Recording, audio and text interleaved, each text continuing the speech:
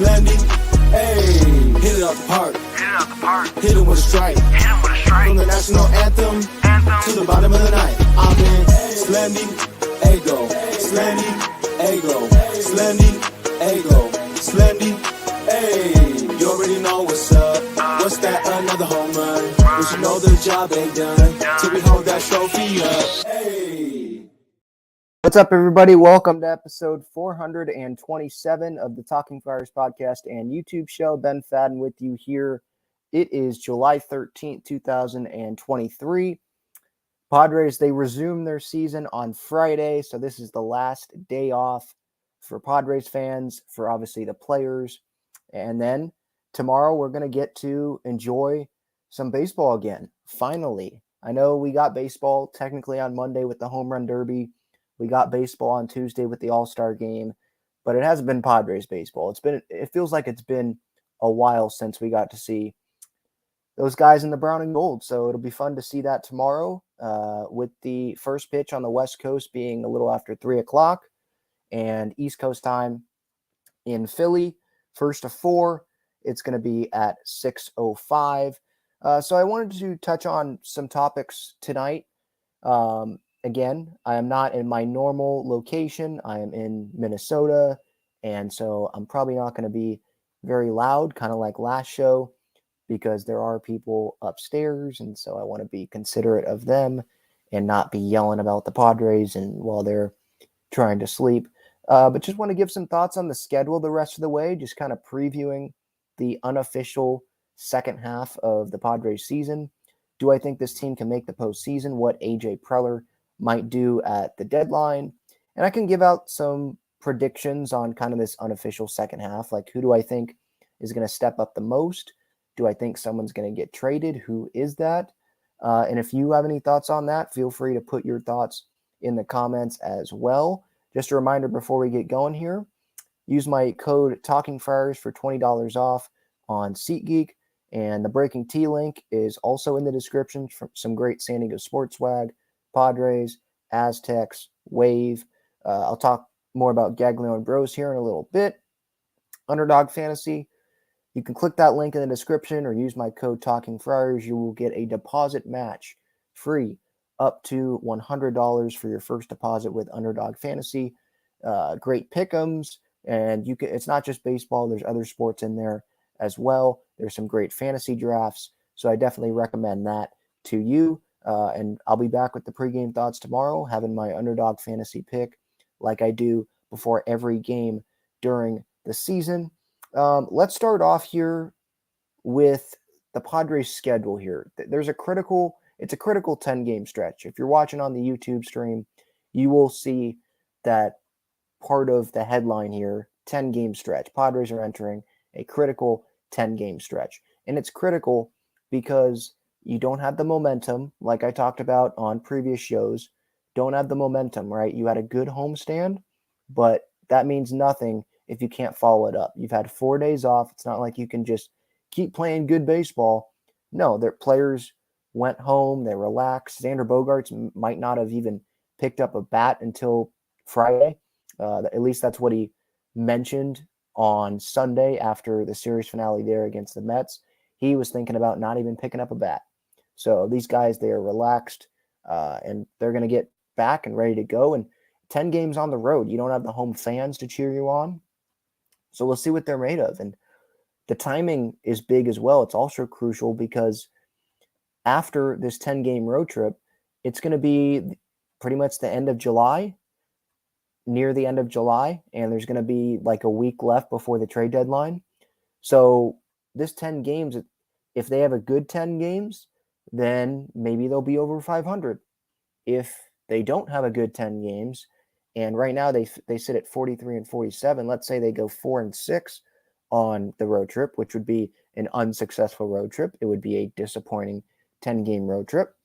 Then they would be still under 500, obviously. You know, a losing road trip, you're 4 games under. Now you'd be, 6 games under 500. So it's really, really critical. And you got Darvish pitching in game 1 of this series. And then on Saturday, you're going to have Snell. And I believe it's going to be Ryan Weathers, according to Dennis Lin. On Sunday, it's going to be Seth Lugo. And then Monday's an off day before they have that series in Toronto. I believe it's going to be Musgrove for game 1. And then Michael Wacha, he should be coming off the IL and should be available to pitch for game 2 in that series. But it's not just these 10 games. These 10 games are the most important 10 games so far of the season, right? The most important game of the season is tomorrow, right? That's how this team has to look at it. Go 1-0 every day. Don't worry about what happened in the past. Don't worry about the Toronto series coming up or Detroit or when they get back home and have to face Pittsburgh and I think Texas. Worry about Friday night against the Phillies. Go win that game. But even after the 10 games, Pittsburgh, that's a series you got to win, especially when you're under 500 like this. Now, they might be over 500 by the time that they get to Pittsburgh, or by the time they get to the Pittsburgh series at home on the 24th, 25th, 26th. Might be over 500 when they get to the Texas series at the end of the month, 28th through the 30th. And then they go on the road for 3 in Colorado against the Rockies before coming home to face the Dodgers. So the situation might be different, but even if they are over 500, I don't think they're going to be 7 games over 500 or 5 games over. It's probably going to be 2 or 3. So you're still going to be fighting. You're not going to be in a playoff spot by the end of the month. So it's not just these critical 10 games. It's like every game the rest of the year is going to be critical because of the hole the Padres put themselves in to start this season, right? I mean, what's the biggest amount of games under 500 they were? Like, was it 8 or 6? I forget. But yeah, it's been bad. Obviously, the losing streak against Washington, Pittsburgh, the first Cincinnati game, that was really, really bad. Losing 3 out of 4 to the Giants, right? They've been under 500 for a while now. So we'll see if they'll be able to get over 500, but they're not going to be in a playoff spot at the end of July. They don't need to be. What matters, obviously, is where they are at the end of the year. But yeah, these are some really, really critical games. And starting on Friday night in Philadelphia with Yu Darvish on the mound. And this Phillies team, this is a team that the Padres can get some games on because it's directly affecting the wild card. The Phillies, they don't have a wild card spot entering the unofficial second half. They're a half game back of the Giants for the third wild card. But if the Padres can win this series, they'll gain a game on the Phillies, and they can keep climbing that ladder, if you will, try to keep getting out of that hole that they dug themselves. It's not like they're playing the Royals and they have to rely on the Phillies losing to another team. You can directly do it. Now, they're not playing the D-backs who are in a wild card spot, but the Phillies could be in a wild card spot. So, yeah, these are really important games. And I think I'll get to the chat here in a little bit. I think some guys that are going to have to step up, obviously, in this second half, no doubt Manny Machado. I mean, he was really bad for Manny Machado standards. He was really bad in the unofficial first half of the season so far this year. I mean, this is his worst year, I believe.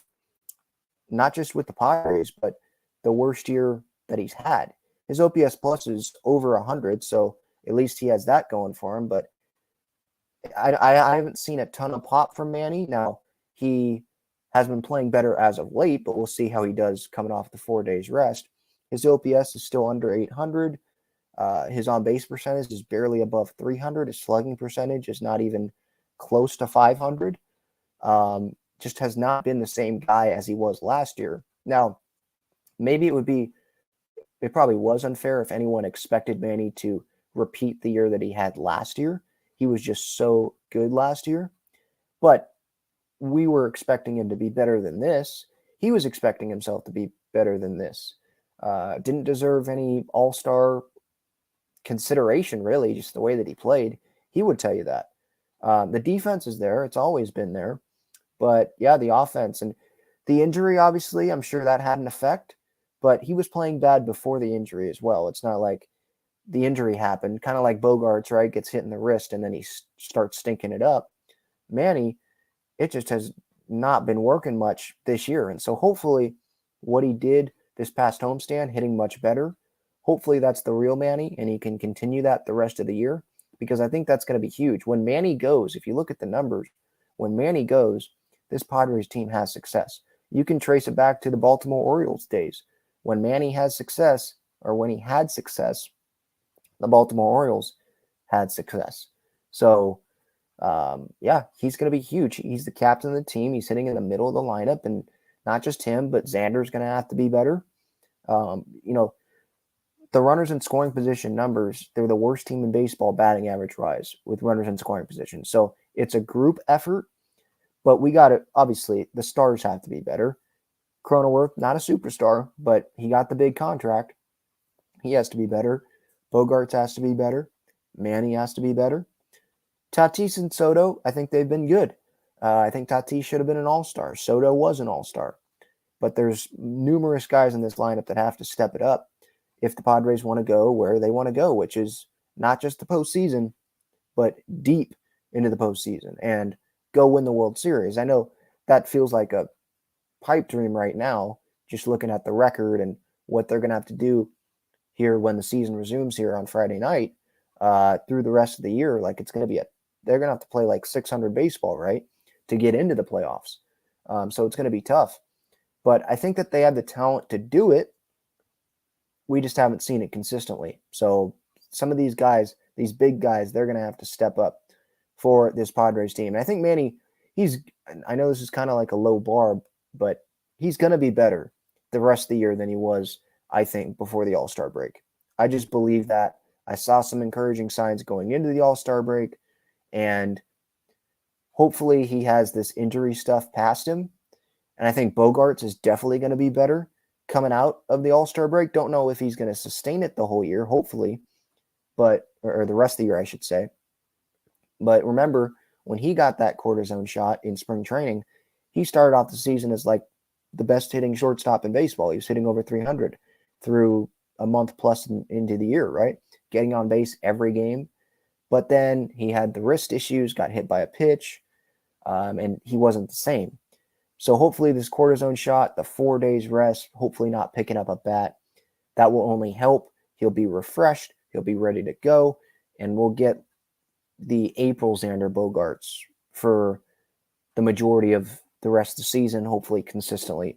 And Jake Cronenworth, like him just having a simpler swing, not trying to hit home runs all the time, I think that's going to serve him well, and he'll have more success here the rest of the season. And pitching-wise, I guess we can move into kind of what I think AJ is going to do at the deadline here. But pitching-wise, I think the bullpen reinforcements are going to be huge.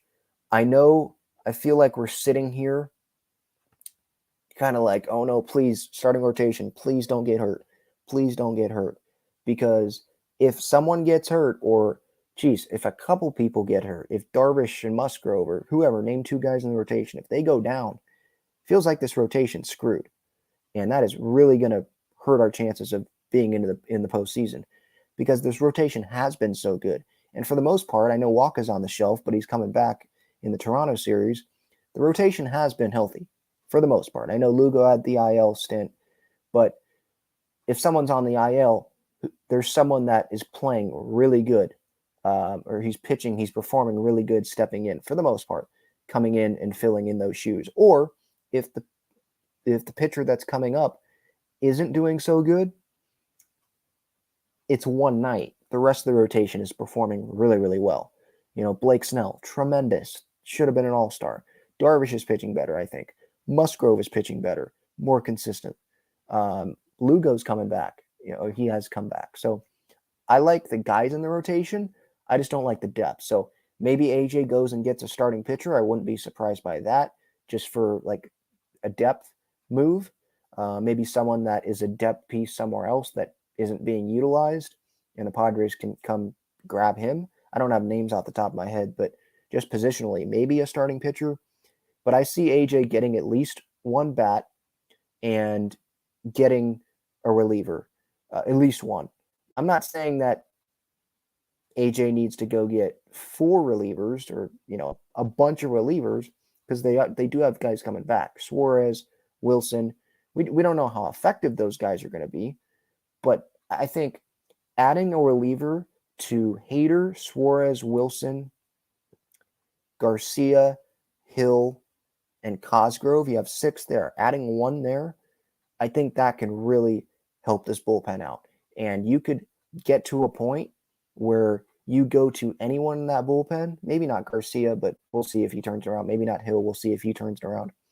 But you go to anyone in that bullpen and you feel pretty confident in them. I'm hoping that the Padres can get to that point with the bullpen, because if they do, if the offense does better, that's a good combination. We believe in the rotation, the talent that's healthy, and if the bullpen's good, the lineup, I would think it has to be better. That's going to be a good combo for the Padres and should garner more success than they had, obviously, before the All-Star break this year. Relievers on the market, I'm hearing Barlow's name being thrown around, right, from the Royals.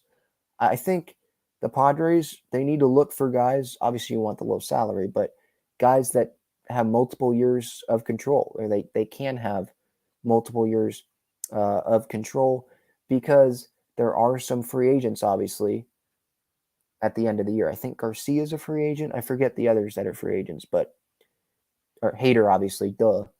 There's free agents, so you probably don't want to have to overpay for a reliever in free agency, So I think AJ is going to want someone on a multi-year deal, or at least multiple years of control to bring on in here, right? But yeah, a reliever, we saw how shaky the bullpen was. I think that part of it is because they were overworked. So again, the rest, some guys coming back, I think that will help. And notice I didn't mention Nick Martinez in there, because I think if the Padres don't get another starting pitcher and they want to focus on a bat and a reliever, then they can have Nick be a long guy in the bullpen. They can have him be in the rotation if someone goes down. I think Nick, part of it was being overused. I think part of his ineffectiveness near the All-Star break, overuse. But I think that he's really good when he can pitch multiple innings, and you see a lane for him to go in, like a couple innings there, and you just let him eat for that inning or those 2 innings, maybe 3. I think he likes that role, not having to come in a hot, maybe, I'm sure he likes the high leverage situation, but is that the best role for him? When Suarez comes back, when Wilson comes back, you have Hader, you have Cosgrove. Don't know if that's the best role for him. So if they can move Martinez to more of a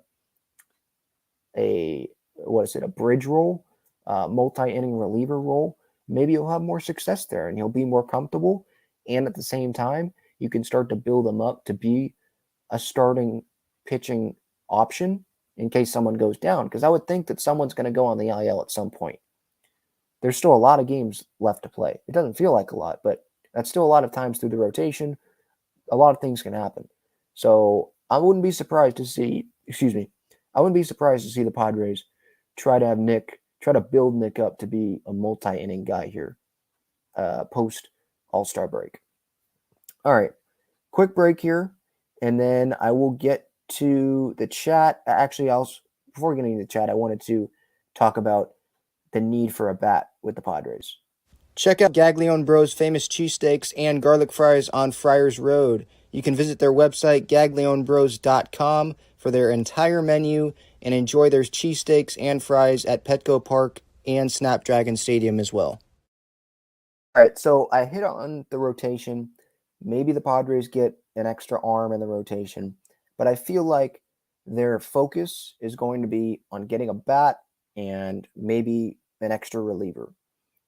There were some flaws there, right? We saw that in the bullpen. Feels like they need some help. And lineup-wise, it definitely needs some help. Having Matt Carpenter in there, sorry, that's not good enough to be the DH every day for the rest of the season. Sorry, not good. I liked the signing at the time, but right now it looks really bad. He has a 74 OPS plus. League average is 100. His OPS is 614. His slugging percentage is only 14 points higher than his on-base percentage. He's slugging 314. There's no power there. 4 home runs, At one point early in the year, he was one of the leaders in RBIs, but that has slowed down, obviously. Negative WAR this year, according to Baseball Reference. Like, it's kind of like Nelson Cruz, where it's limited. I know he can play first, but I don't think the Padres want to do that consistently with him. And it's not like his bat is showing off, and it's like, yeah, let's put him at first base because we can get his bat in the lineup. No, he's not really doing anything for this team. So they need to get an upgrade there. Maybe it's not a DH that they go acquire. Maybe they move. Who would it be that they move? Maybe they have Bogarts DH more, and they have Kim move to short, Crony at second. Maybe they have, I don't know, Dixon DH a little bit before the deadline, before they pick up a bat. But Carpenter he's just not the guy. It's just not working. So they could get a direct DH, or I think it's preferred the Padres, they go get someone that can play first and DH, or they go get a corner outfielder.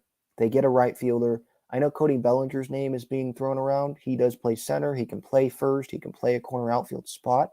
I wouldn't be opposed to it, but I don't know if the Padres think that it's worth it to go get Bellinger because it's only a 1-year deal, so he'd probably leave in free agency, and they'd have to give him, I think they'd have to pay him $9 million, somewhere around there, because it's prorated for the rest of the year. It's a 1-year deal for Belly. So do they want to do that? Where does that put them with the luxury tax? I don't know if they want to do that. So getting someone maybe multiple years of control, can play corner outfield or can play first as well. And I say corner outfield because which center fielder is out there on the market that you think is an upgrade over Trent Grisham? Bellinger is one that stands out, but who else? Who else is out there? So I'm looking at corner outfield because there's someone that's going to be available there. Someone. It could be a rental, but preferably a guy with multiple years of control. Move Fernando over to center field, which is where we know he wants to play center field over right field.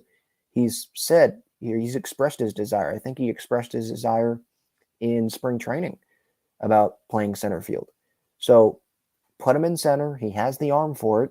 He can help cover ground in left center with Soto in left. Bring in a right fielder, someone that can play right, because I think they want Soto in left.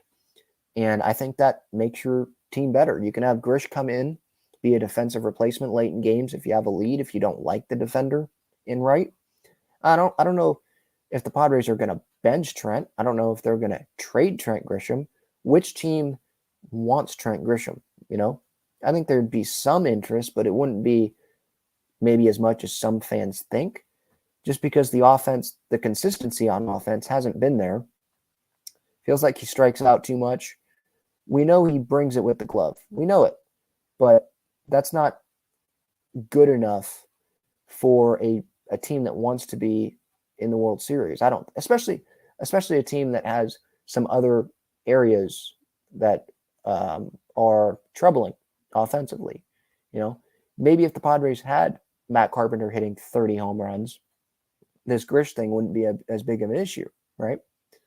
But here we are because the DH hasn't really done anything, So I see the Padres trying to upgrade, get a bat, outfield maybe, someone that can do that. Obviously, if you can play the outfield and you're there as a bat, you can DH as well. So I see the Padres doing that.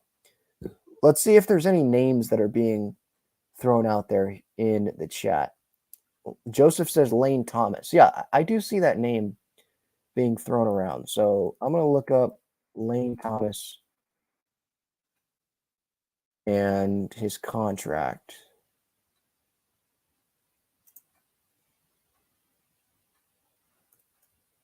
Because that is being thrown around. The Nationals, they're not ready to win right now. Is it a 1-year deal? Or that's just... No, okay. He's in arbitration. So the Padres would have Lane Thomas for this year. They'd have him for next year. And they'd have him for 2025. So he's only making a little over $2 million this year.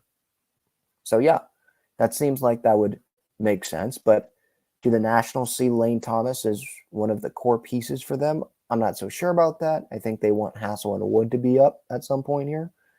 So yeah, that could be a fit. But to be honest, I'm not going to act like I know.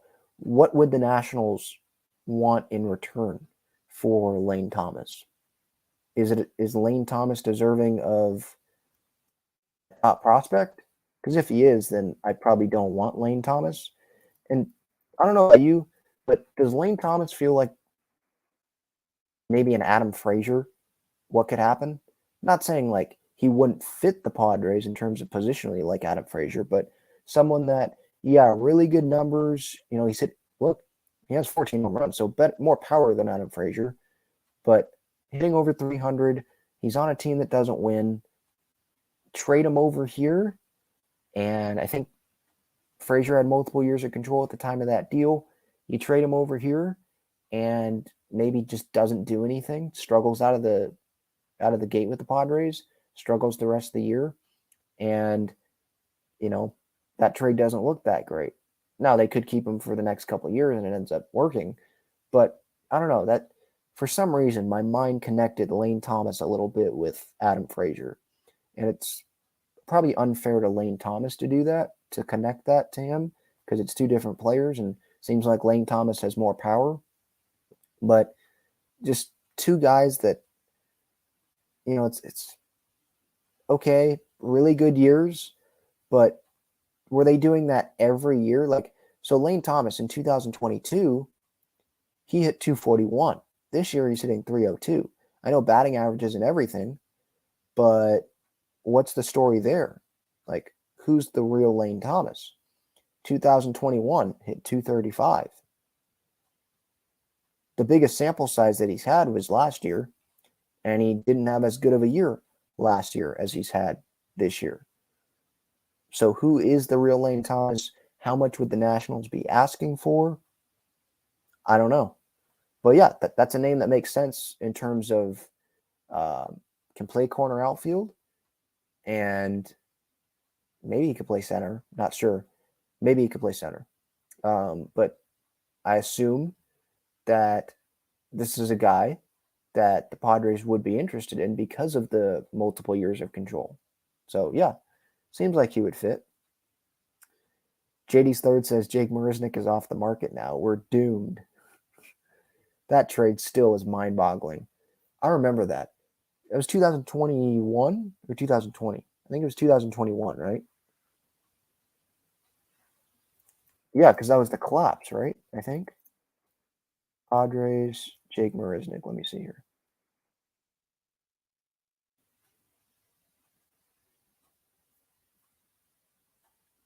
Yeah, 2021. That was during the collapse, right before it. Remember, or at least I remember, I was watching MLB Network, and there was like a minute left till the deadline, and I'm like, okay, are the Padres going to make any moves here? I believe most of the fan base wanted the Padres to go get starting pitching, and they didn't do it. They were sitting around, didn't do it, and you see a trade happen. I'm like, oh, okay, here's the starting pitcher, and it ended up not being a starting pitcher. It ended up being Jake Marisnick, when we already had a Gold Glove center fielder in Trent Grisham. It just did not make sense. And that was the same deadline they traded for Adam Frazier, obviously, like we just discussed. And he ended up playing some left field because he just didn't fit positionally. That was weird. That was a weird deadline. And the Padres, they dealt Anderson Espinoza to the Cubs in the Marisnick deal. So I was like, okay, so they're giving up on Espinoza, and they're acquiring a guy that they didn't need. A guy that doesn't hit. He has no power. He's not an offensive player. He's like a defensive replacement, and they already have a defensive replacement playing center field. It just didn't make sense. So hopefully we don't see that from AJ this trade deadline, and he actually makes moves that make sense for the Padres, and fills the positions of need. So again, I think that adding a reliever will help, and definitely adding a bat. Maybe they add a couple bats, but definitely adding a bat, that should help. All right, let's see what some of you are saying in the chat here. Thanks so much for being here. Most are probably listening to this on Friday before this Padres-Phillies series gets underway, or you're watching this on replay on YouTube. Padres Phillies getting underway later on Friday. 4-game series. Game 1 on Friday, games 2 and 3 on Saturday, game 4 on Sunday, a scheduled doubleheader on Saturday. It's a weird series right out of the All-Star break, but the good thing is these guys are rested. Fly God 97 says excited for the second half. I hope this team goes on a long winning streak. Amen. David says if Padres win at a 600 clip, that would get them to about 85 wins. Maybe not enough, but at least within striking range. Yeah, I think 85 wins probably is just not enough. I think the pace is like 87, or at least last year, I think was it the Phillies? I think they were the last wild card. They got in with 87 wins. So yeah, don't know if that will get it done. They're going to have to play really well. But I get your point, David. Like, yeah, they're going to have to play really good baseball. And I think they have the talent to do it. I think getting some extra pieces will help. But it's not big pieces, so I'm not saying like we're waiting for Ohtani to come here and then they'll go on the run. Like there's no Ohtani coming, Doesn't seem like Corbin Burns is going to get dealt. So there's no big move coming. I would be shocked if there's some big move up Preller's sleeve. I think it's going to be some marginal moves on the edges. I also forgot to mention 2021. Yeah, so they don't trade for starting pitching. And they decide to go sign Jake Arrieta and Vince Velasquez to fill out their rotation there as they were collapsing. Jeez, I'd like to forget that year. Jake Arrieta just going for the paycheck, it seemed like, because, my hamstrings hurt. And then he was seen on the golf course the next day. Padres, I think, released him quick. Vince Velasquez, don't remember if he pitched good or not, but it was still like, Vince Velasquez, that's the guy you're bringing in here when you could have made moves at the deadline. But yeah, I mean, they had a good start to 2021. That's probably why I'm still obviously irritated about it, because they had a chance and they choked that chance away. They collapsed. Alex says Padres 7-3 this road trip and we'll be back at 500. Is that right? Yeah, because they're 4 games under. Yep. So I will take a 7-3 road trip for sure. That's taking steps forward. They haven't been at 500 since when? May?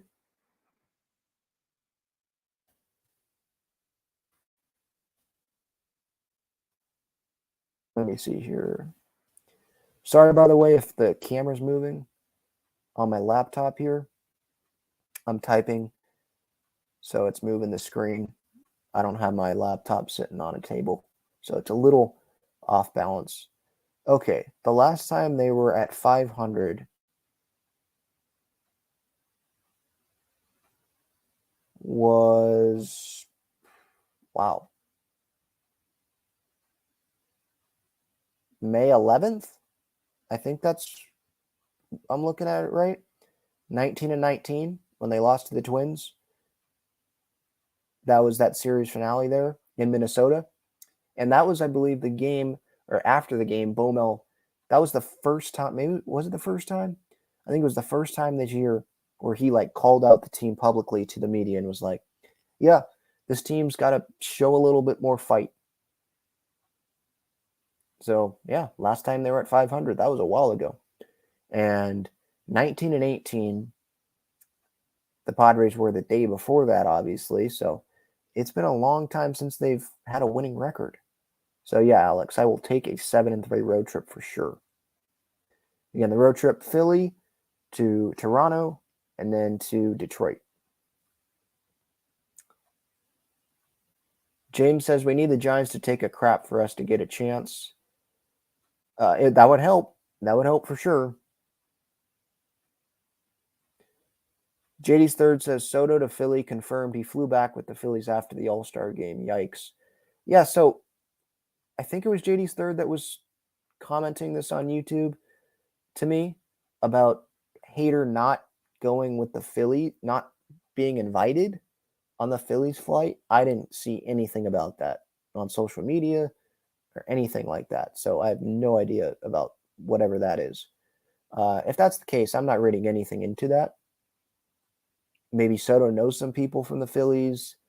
He did play in the NL East, and maybe he wanted to go straight to Philly.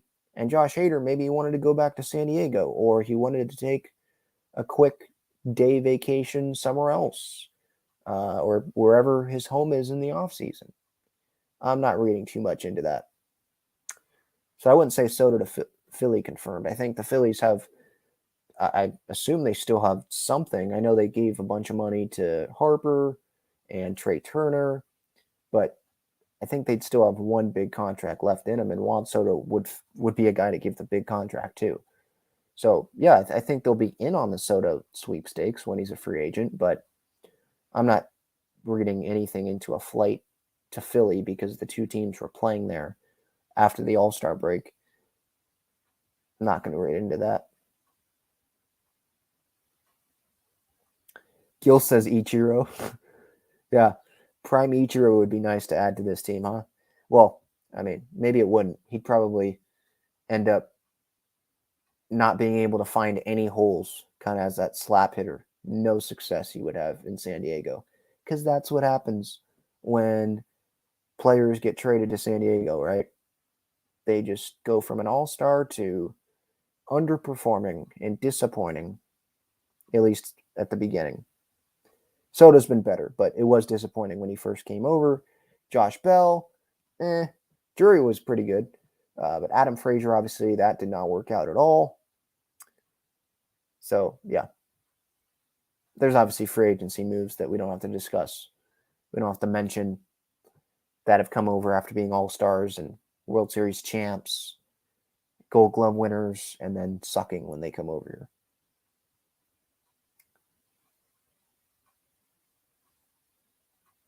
Chris says, how funny would it be if Preller traded for Tim Anderson? Yeah. How many shortstops do you need on the roster, AJ? No. To be honest, like anyone who was watching my reaction when Bogey was signed, I liked the move. I understood, like, yeah, contract's probably not going to look that great at the end, but I understood the move. The first base market was not great. They didn't want to bring Brandon Drury back at the price tag that he was asking for, I guess. Or maybe he already signed with the Angels. I forget the timing there. But Abreu already went to the Astros. They were trying to get him. Just the first base mark. Rizzo went to the Yankees, right? He went back. So those were probably two guys that they wanted, and they weren't able to get him. So AJ trying to go all in. Peter also trying to go all in. They tried for Judge. They tried for Turner. Didn't get either of them. So they tried to go those routes first. Then they went to Bogarts. They wanted to construct the best lineup that they could. Figure out the positions later. You can move Tatis to the outfield. You'll figure it out later. You'll figure out Bogey's position in 5 years. If he can't be at short, you'll figure that out later, right? You're just trying to get the best team. You're going all in. So I understood it. Hasn't worked out great, but I think it's still definitely too early to, say, oh, this Bogarts contract is the worst contract ever. I see some people earlier this year comparing it to Eric Hosmer. It's like, whoa. Let's slow it down. Pump the brakes. This is year one. It's not even the end of year one. Relax. But yeah, Tim Anderson. That's not going to... Maybe the White Sox do deal Tim Anderson because the White Sox aren't going anywhere. Man, are they one of the more disappointing teams in the last 5 years, right? With all the talent and all the hype that they had. And look what they've done. Pretty much nothing. Yeah, they've been disappointing. But Tim Anderson, yeah, not going to the Padres. Maybe he goes to the Dodgers, to be honest, because I think he kind of fits their team, does he not? Chad says, bring the gold, Schmidt. Goldschmidt would fit positionally, right? First base. Obviously, it could be a DH bat. And the Cardinals, they have him under contract, I think, through next year, right? I don't see Goldschmidt being dealt. I don't see Arenado being dealt. I see some other guys on their team being dealt. Maybe the Padres go get someone like Tyler O'Neill. Maybe they get someone like, would Lars Nootbaar be traded? I don't know. Maybe Dylan Carlson. Because the Cardinals, they do have a good amount of outfielders. And they want to clear up some spots, it feels like. They're not going to go anywhere this year. They've been like the biggest disappointment this year. I know they don't have the payroll of the Padres and Mets, but they're worse, way worse than the Padres and the Mets this year. And they were supposed to win the NL Central, and they're nowhere close. They're one of the worst teams in the National League. So, yeah, the Cardinals are going to be selling. So there's some guys on there that I think the Padres are going to be interested in, and you'll see those names floated around here before the deadline.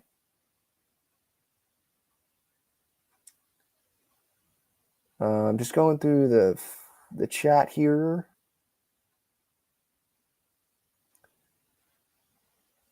James says the Padres, they went to Bogaerts first and circled back to him when Judge and Turner didn't pan out.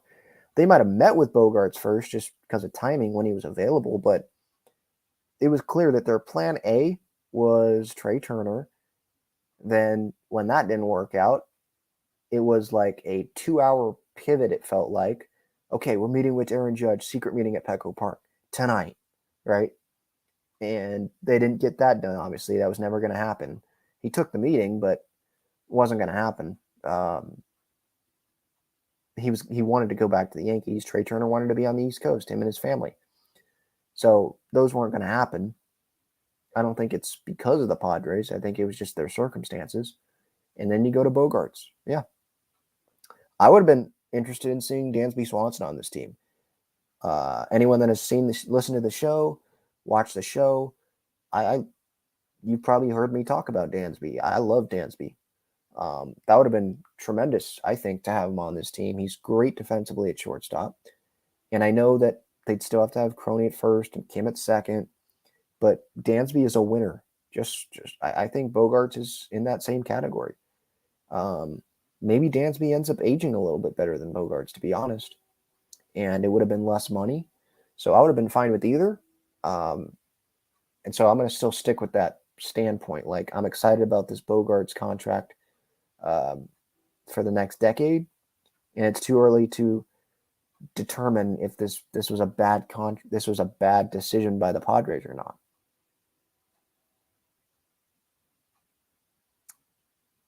Yeah, Chad loves Dansby as well. He's a winner, man. He is a winner. All right, I wanted to get to the Padres' schedule for 2024 that was released today. I don't want to spend too much time on it just because we're all focused on this year, obviously. But obviously, 2024 schedule, it starts out in Seoul in South Korea. Padres and the Dodgers, the Padres and Dodgers, they each gave up one home game for 2024. So I believe it's going to be 80 home games for the Padres next year. They obviously had the Mexico City series this year, and then they're going to start next season internationally. Games that will count, March 20th through the 21st. Then they also open the season at home against the Giants. So 20 and 21st, and then against the Giants on, I think that's the 28th, right? Or 26th?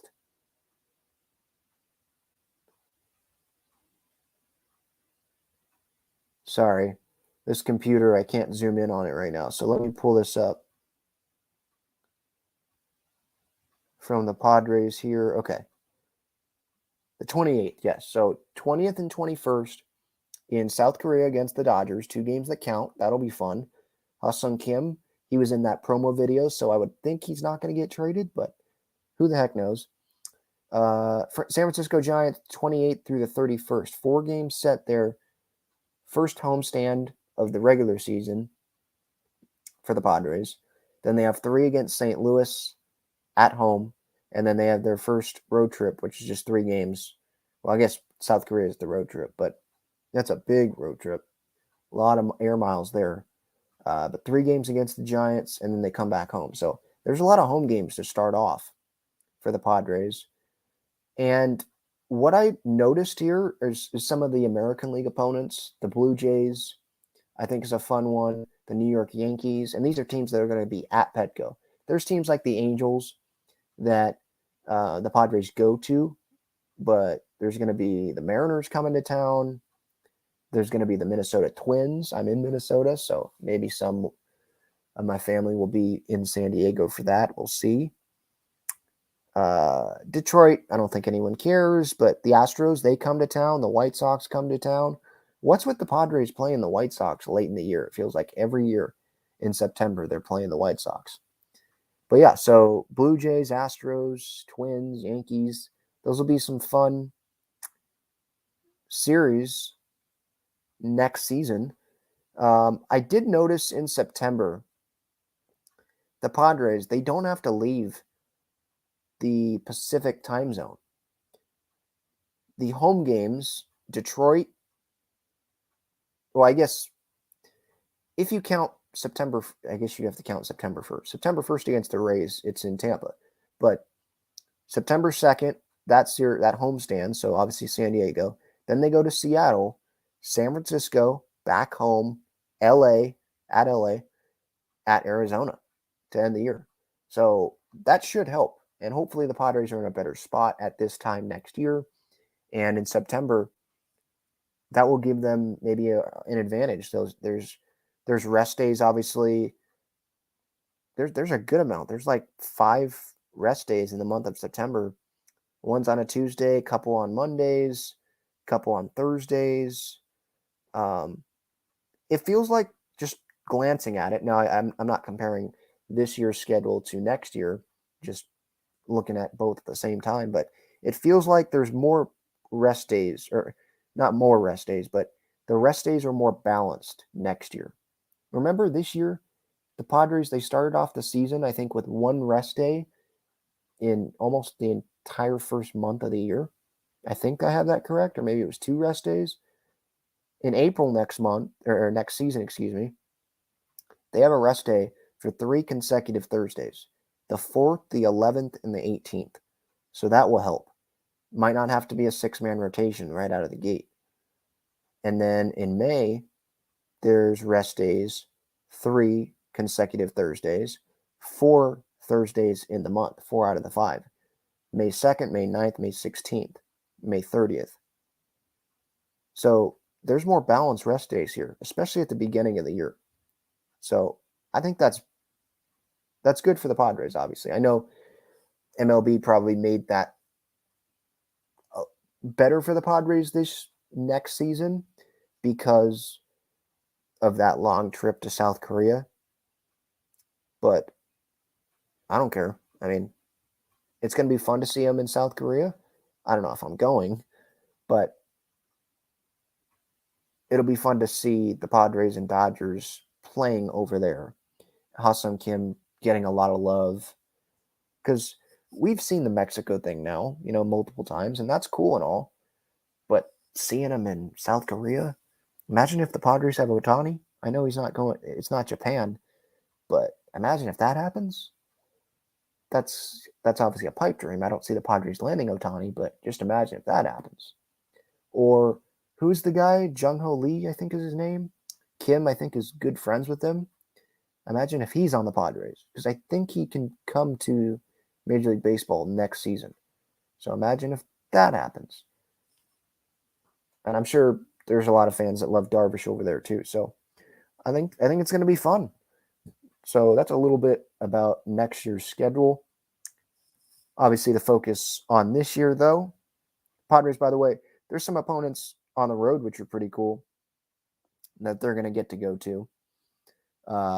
Obviously, Angels at Boston, so Don's going to be able to go back to Boston. That's cool for him. And then I think for the first time non-COVID, Padres go to Texas, because the no-hitter happened, obviously, but that was with COVID. I think there were limited fans. They go to Baltimore, so I think that's the second time the Padres will be going to Baltimore since Manny has been a Padre. At Seattle, a couple games in Seattle. So yeah, there's some good road games as well. Maybe some good road trips. What's going on in the chat here? I see some people. Did JD's Third start this about me going to South Korea? Oh no, Chad did. Okay. You're going to be in South Korea, Ben? I don't know. Yeah. We'll see. I don't know. Have anyone looked up the flights? How much money that costs to go there and back from San Diego? That's a lot of money. Don't know. I'm going to need some super chats to make that happen. I'll tell you that. JD's third says Dansby wouldn't come to San Diego because of AJ. He is limited in who he can bring to San Diego. I disagree with that. He wouldn't come to San Diego because of AJ. Like he has some personal beef with AJ Preller. I didn't know that. I just don't think the Padres were as interested in him as they were Trey Turner, Aaron Judge, and Xander Bogaerts, which I would have been. I don't know if I would have been more interested in Dansby than Bogey, but it would probably be pretty close. I'm a big Dansby fan. I think the Cubs got a really good one there. He's a winner. He plays every day. He's a great defender at short. So he reminds me a little bit of Crony. Maybe not versatility-wise, like he's a shortstop.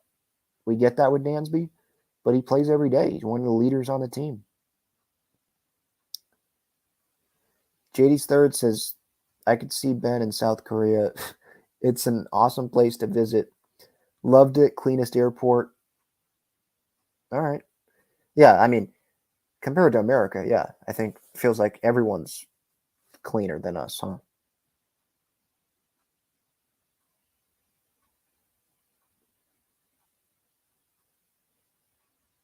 James says Preller is in love with Ohtani. He would spend $1 billion if he could land Ohtani. Yeah, I mean, it's not his money. It's Seidler's money. But yeah, he loves Ohtani, obviously. He literally, when he met with Ohtani, he spent the time beforehand memorizing a speech in Japanese. I think it was like 5 minutes long, just off the top of his, or not off the top of his head, but from his head in Japanese to Shohei and probably his interpreter and whoever else was there. I don't think other GMs did that. No, Padres, they were at a disadvantage because they didn't have the DH at that time. I would have been very curious to see what Shohei would have done if the Padres had the DH at that time. Because I think if they had the DH, they would have definitely been one of the finalists. They allowed a meeting. I think now that there is a DH and the Padres are spending this money, they're going to get a meeting with Shohei. I think. I'd be surprised if they didn't get a meeting. And we'll see what happens there. I don't think he's coming, but I can't wait to see how that all unfolds. Obviously, I can wait if it ends up him being with the Dodgers, but hoping that doesn't happen. Him being in Seattle, I think that would be cool. Shout out to the Seattle fans. I don't know if I said that the other night after the All-Star game, but them chanting, "Come to Seattle," the Shohei, that was pretty cool. All right. I wanted to get to one other San Diego sports topic here. I don't know if I should put it under talking Aztecs or loyal. It's probably Aztecs because it was at the Aztec Stadium at Snapdragon. U.S. men's national team. I'm not going to talk about this for a while, but U.S. men's national team played against Panama at Snapdragon yesterday, so on Wednesday, in the Gold Cup semis. And at the beginning of the tournament, I was like, that would be cool if U.S. would be able to come to San Diego. I didn't know if it was going to be Mexico's side that would make it or it would be the United States side, but it was the U.S., and they had a chance to win that game. They end up losing on penalty kicks. That was their second consecutive game where they had penalty kicks. They win, obviously, I think it was in Cincinnati, to advance to the semis, but they weren't able to win here. They had chances early in the game. There was one off the ball, off the post. I think Moreno, who's from Chula Vista, he had a chance. Ferreira had a chance. There were chances in this match for the United States before Panama even scored that first goal, which, by the way, was on the United States. I mean, Matt Turner, I don't know if it was on Matt Turner because he was trying to go make a play because the defense wasn't there. Was it on Matt? Was it on the defense? Maybe it was a combination of the two. But he comes out of the box since obviously he can't use his hands. And Panama, easy goal past him. There's no one behind him, obviously. And then in extra time, Ferreira comes up and has a tremendous goal. Go watch that. It's probably on YouTube. That was a fantastic volley goal right there from Ferreira. So it's a tie game. Going to penalty kicks, and Turner, I guess, didn't have the same magic that he had in the match before, because Panama, did they make every? I don't think they made every. Maybe they did. I think they missed one. I think Turner blocked one shot, but they were really good. And Turner, obviously, there was one that was hit right down the middle, and obviously it's hard because he's guessing. So he guessed wrong, right down the middle. And then at the end, the last two, United States, it was like their sixth penalty kick. And I forget who it was, but it was down left, down corner, lower left corner of the net, and just wasn't a good shot. Didn't have much on it. Got blocked. And then next one, Panama ends it top left. Turner can't get to it. Perfect shot. And Panama advances. And so they're, I believe, going to face Mexico in the Gold Cup final. But that was a really cool event. I know it was really hot in San Diego, at least from what I saw. I was watching it at the end there. And so I don't think that's like a reflection on, oh, San Diego didn't show up. There was over 30,000 fans there. So they did show up. And at the end there, especially, it was a really good atmosphere. It looked like on television. And that kind of got my mind spinning, like what events do we want to see in San Diego? John Schaefer put a video out about this as well, I think, earlier today. So I'm kind of stealing this from him. So props to him for that. But like, what's the next event that we want to see? There's been some cool ones. Obviously, there's concerts, the Padres, the Wave, U.S. men's national team. They just had the World Lacrosse Championships, right? At Snapdragon. Like, there's been cool stuff. I'm probably for the rugby, right? Legion. There's been some cool stuff. Last year, the college basketball that they had, I think it was it on the Midway, or it was on another ship? Like, there's been some cool events. But what's that next one? And for me, it's obvious. For me, it's the U.S. women's national team. You get that team into San Diego for a friendly. I think that's a no-brainer. After the World Cup, I mean, Alex Morgan is the face of the U.S. women's national team, right? She plays for the San Diego Wave. Naomi Girma is, like, I think, going to emerge as a star in this World Cup. In the world of soccer, I think she's already a star. Like, people in soccer know who she is, obviously. But the casuals that don't watch, they're going to know her name by the end of this World Cup. She's going to be huge for the U.S. She plays for the Wave. Have a friendly.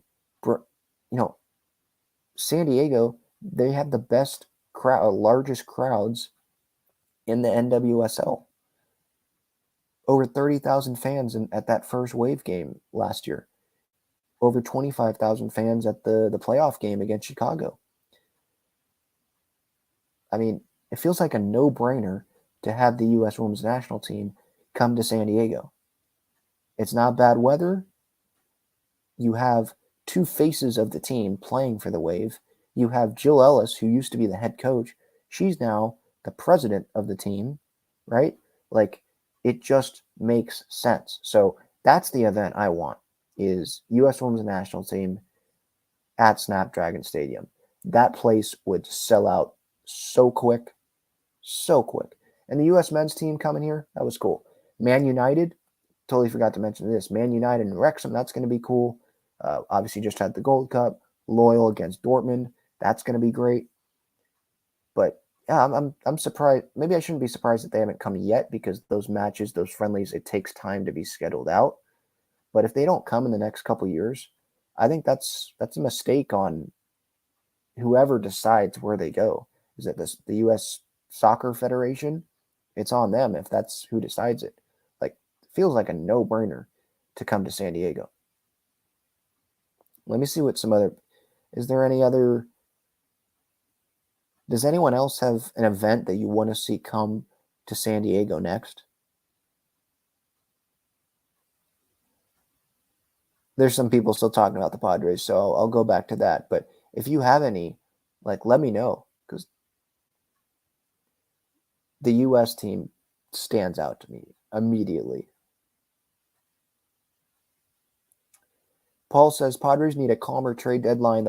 The needs on this team are minimal and don't need another superstar. Don't want to pull from an already thin farm. Yeah, I agree. I think most of the moves the Padres are going to make, maybe it's just a move, not moves, but what they're going to do is moves on the margin. I think it's going to be reliever, another bat. I don't think it's going to be some superstar, right? Like they do need to keep this farm system going, right? Don't take away from it. You have talent. Those guys just need to be better. Yeah, Chad says the incomplete Snapdragon. That's what, who said that? That was the Saquon chairman, I think at the MLS event, the San Diego MLS fan get together, whenever that was this past week, I think Tuesday. I think San Diego FC, which is probably what their name's going to be. By the way, Tom Penn, the CEO, he said that the name and the colors, they're hoping to announce that in September. I thought it was supposed to be this summer, but they're pushing that back. I guess they already know what it is. I assume it's San Diego FC as the name. That's what their website is. It feels like that makes sense. And I'm fine with it. But yeah, the incomplete, someone said that. Was it Nath? What's his name? The Saquon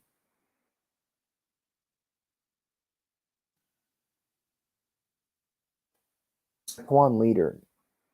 Cody. Is it Cody Martinez? Is that his name? I think that's his name. I think he's the one that said that at the MLS event. It's incomplete. They thought that there should have been more shade at Snapdragon, but they're not going to do it because of MLS games at night. They don't need to. It would cost more money. I don't know if Snapdragon's incomplete. Maybe there should be more shade. I think there would be fans that would tell you there needs to be more shade. But if the events are at night, then no, Snapdragon's not incomplete. Now, there's going to be upgrades like to the locker rooms and stuff, but at the time of the stadium, there was no MLS team coming. We didn't know, San Diego didn't know an MLS team was coming. So they couldn't, it's not like they could control that.